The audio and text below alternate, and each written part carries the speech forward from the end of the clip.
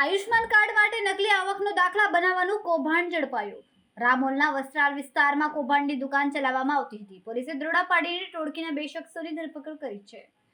દસકોઈ મામલતદાર કચેરી અને સુરતથી આવકના ખોટા ડોક્યુમેન્ટ્સ લવાયા હોવાનું તપાસમાં સામે આવ્યું છે।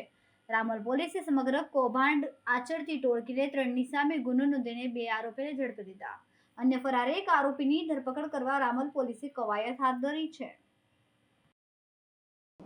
રામોલ પોલીસ સ્ટેશન દ્વારા આવકના ખોટા દાખલા બનાવવાની વિગત મળતા રામોલ પોલીસ દ્વારા હેતાંશી ઓનલાઈન નામની દુકાનમાં રેડ કરવામાં આવેલ। રેડમાં કુલ 20 જેટલા આવકના દાખલા મળી આવેલા હતા।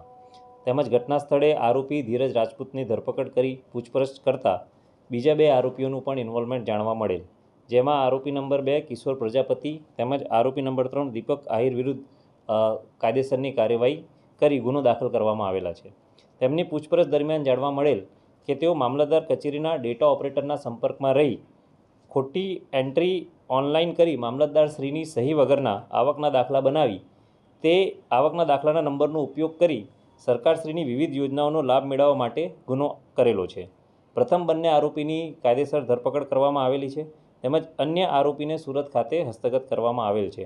વધુમાં મામલતદાર ઓફિસના કોઈ અન્ય કર્મચારીની સંડોવણી છે કે કેમ તે અંગેની તપાસ હાલમાં ચાલુ છે। હાલમાં અમને આરોપીઓ જે છે તે ઓનલાઈન પોતાની ઓફિસ ચલાવે છે અને તેઓ પાસેથી 2024 અને 25ના અમને દાખલા મળી આવે છે। જે લોકોને અત્યારે પ્રાથમિક તપાસની અંદર તો જે લોકોને આયુષ્માન કાર્ડ કઢાવવું હોય તો એમને આવક 4 લાખ કરતાં નીચે દેખાડવી હોય તેવા આમનો સંપર્ક કરતા તો એમના ડોક્યુમેન્ટેશન જે તે ઓપરેટરને મોકલી આપતા, જે ઓનલાઈન એન્ટ્રી કરી સહી સિક્કા વગરના આવકના દાખલા આ લોકોને કાઢી આપતા।